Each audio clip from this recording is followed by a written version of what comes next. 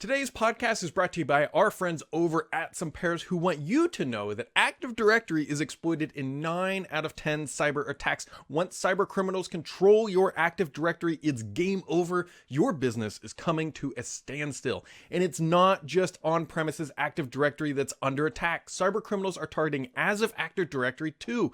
Attackers can gain entry in the cloud and then move to on-premises identity solutions or vice versa.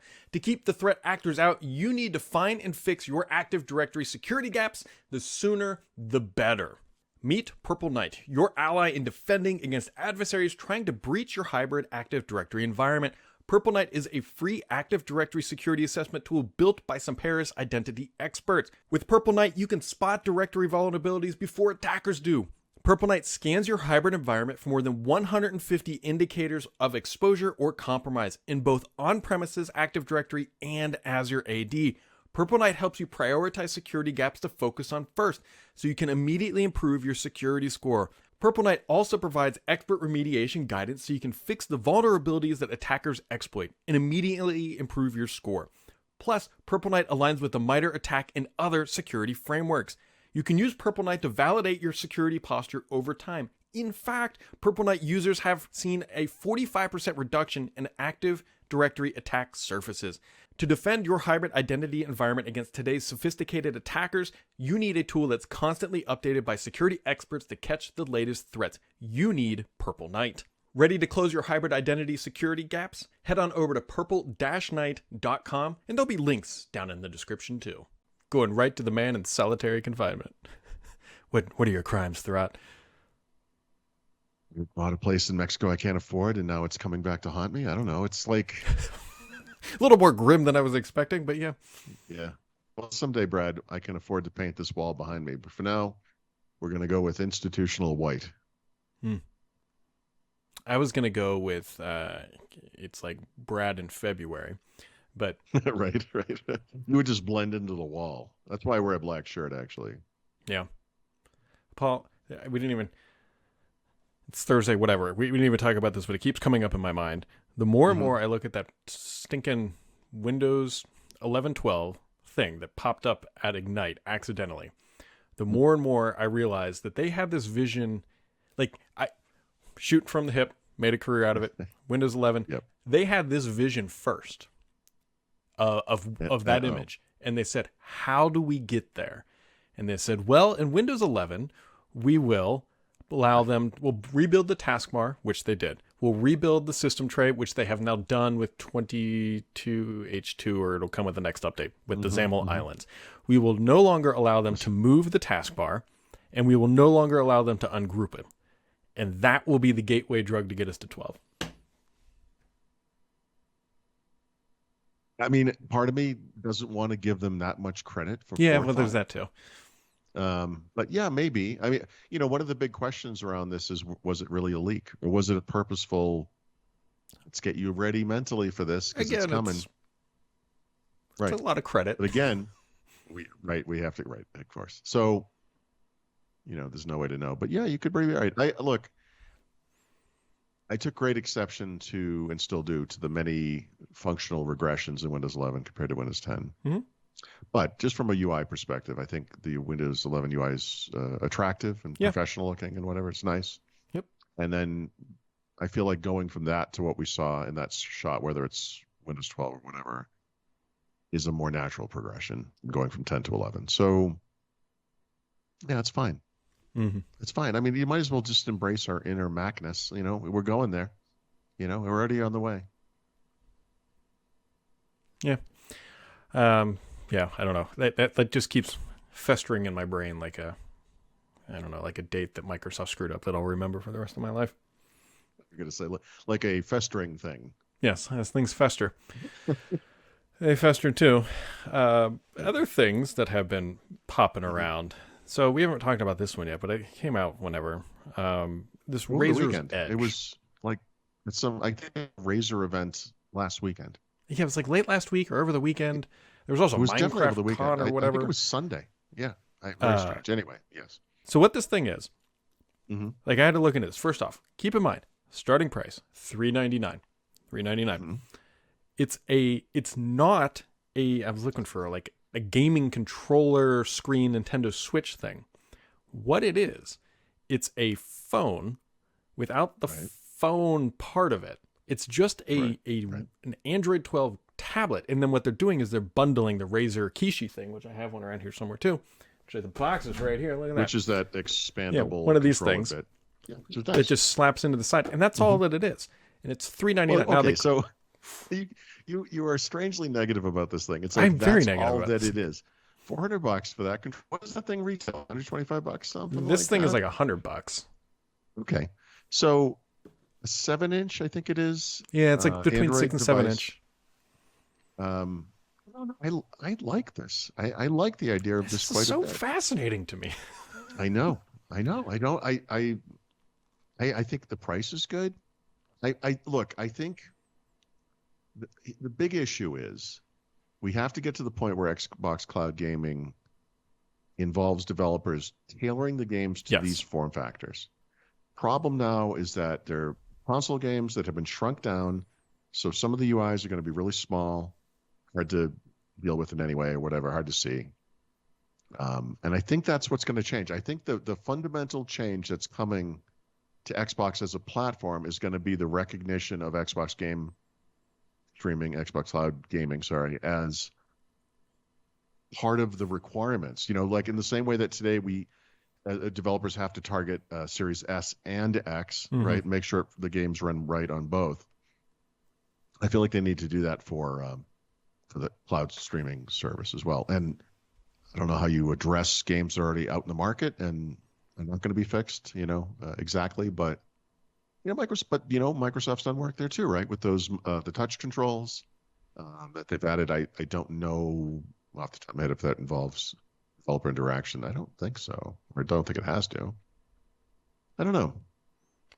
So they didn't give a price for the 5G version, which because typically we know it's about $100 is what we have historically seen for to go from a Wi-Fi to a 5G or whatever. Yeah, it could be $150, but yeah, this is gonna be in there. So you're $499. Just use a phone. Just get a phone. Like you can buy a very nice Android phone for $499. Right. So everyone who owns a Switch, everyone who owns a Steam Deck has a phone, right? So why are they not gaming on that thing already? Right? Why aren't they using their phone? I guess why not just get that Razer controller thing you have, right? I guess that would be the solution. That's what I think is the solution. Like that is the smarter. The only reason I like this is because it's bigger. It's not dramatically bigger, but when I think of using my iPhone, which is like yours, is the smaller Pro with some kind of a controller deal, I would have a hard time seeing that. It's just too small. I would like an iPad mini size thing, frankly. Maybe we could call that thing an iPad mini and connect, a controller to that and use it with Xbox Cloud Gaming. That would be great, if there was something better than a web client. I don't know. I think part of it is that it is Android, and Microsoft can do something better with the client on Android like they do on Windows. And those are the two platforms where they can make a difference, right? That's not just basically streaming to a web thing, that might have something to do with it. I think if Microsoft had just sold this themselves, it would have been kind of a no-brainer. Yeah, I don't think they wanted to take the risk. I mean, it's hardware. No, but use Razer as an ODM or whatever you want to call it, and share the revenue. I mean, what they should do is just put them in their retail stores. That'll really help get some foot traffic. It'll save the whole. So that's where we go for our cloud gaming. Yeah. Sure. Yeah. No. I mean, I'm sure Electronic Boutique would be happy to come back from the dead to make that happen. We still have Best Buy, don't we? Yeah, we don't have Circuit City though. Yeah. Incredible Universe. Remember those guys? Software, etc. Sam Goody. Bunch of those. Anyways, this thing you can pre-order it now. Costs you $5 to do it because that puts you on a reservation list. I don't know. It's coming in the near-ish future. Again, Paul's on the it's a great device. I'm on the don't waste your money. And Yeah, I mean, I feel like I'm going to end up on cloud gaming at some point. Oh, I agree maybe at some point, but these things feel like early adopter messiness, and they'll Right. pair great with your 3D TV sort of thing. I wonder if they could ever figure out a way to download games a la Game Pass to an Android device for better, performance, I guess.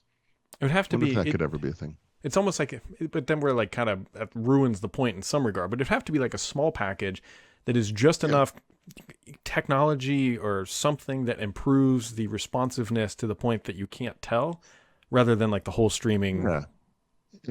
Yeah, almost like it's like something that just gets it further into the queue or whatever. Like Yeah. it's maybe and again, but maybe that's a formalization of this platform. Maybe that needs to, we found that for best performance, we need to have some downloadable something, and it could be small, like you said. And I don't know what I'm talking about. Yeah. For some reason, I really want this to work. And No, I do too. I absolutely you know, do. I'd love to be able to play Call of Duty that's coming out, because it comes out tomorrow, right? The campaign. And then, which is great timing for me, by the way. hey, you've got your, everyone gets everyone gets to get a week to play the campaign before the other game comes out. It's like, yeah, everybody but me. well, that way, there's Like, I think you need to go walk in front of the mirror and be like, who's the guy that's making all the decisions? we booked this trip in July. I did this. Oh, really? Yeah. Hmm. I don't know. Well, at It's least your okay. internet's fixed. Yeah. By the way, I mean, I think we had a harder time, like less than 24 hours without internet connectivity than we would have without like a fridge or Hmm. coffee or lighting. Hmm. Like it was just incredibly brutal. And I think part of the problem, actually, and this speaks to your point about the mobile device we were just talking about, is we have phones, we have connectivity. And I actually brought a laptop that has an integrated eSIM thing, and I paid for connectivity through that and tried to share that connection. That was garbage. It was terrible. It went out a lot. It was unreliable. We were talking about going up the street to go, look at SIMs and eSIMs and blah, blah, blah, whatever. And the reality is, even the garbage internet connection that we have here compared to what we have at home, right, which we can upgrade and will, but is better than working off of a phone. Mm-hmm. And that's a kind of a harsh reality. Like, you're talking about this 5G thing, and it's like, yeah, in some perfect world, I guess, if you live in New York City and have awesome 5G connectivity all the time, maybe that would make sense for a mobile gaming device. But, when you're on honestly, 3G to LTE to 5G, just doing normal stuff on your phone, I don't think anyone would ever even notice a difference. Yep. And, if I could go up to the kind of, even though like on paper, it looks like the mobile connectivity is faster. The reality is you have this wire coming into your house, and now I've got a wire going into this computer, and it's way better. Mm-hmm. Like, it's way better. Yeah, because you don't have to. You're not worried. Like, is it the Wi-Fi? Like, you're just. You never know what's wrong. There's Yeah. 100 things. You never know. Those guys spent hours here, dude. It was unbelievable. And at one point, I was like, I said it to my wife, not to them, but I was like, did they think just to swap the router out? Like, Yeah. like what if it's just the router? Like, they rewired the wiring through the building. Like What? it wasn't at the device. I was like, it's out of the street. Obviously, it's out of the street. They've you've seen the spider webs of Yeah. wires out there. Some truck went by or something, or some idiot connected something else, whatever. And they were like, no, everything's fine out of the street. And we're like, okay. They're like, it has to be inside the building. So they rewired the whole thing from scratch. Took 2 hours, and it worked. Hmm. So I don't know. I have no answers. Black magic. Well, that is good. But Paul, throughout, if you are looking for answers about how to protect your Active Directory, make sure to check out this episode's sponsor from Some Pairs. You can find links in the description below, and we'll catch all of you right back here tomorrow.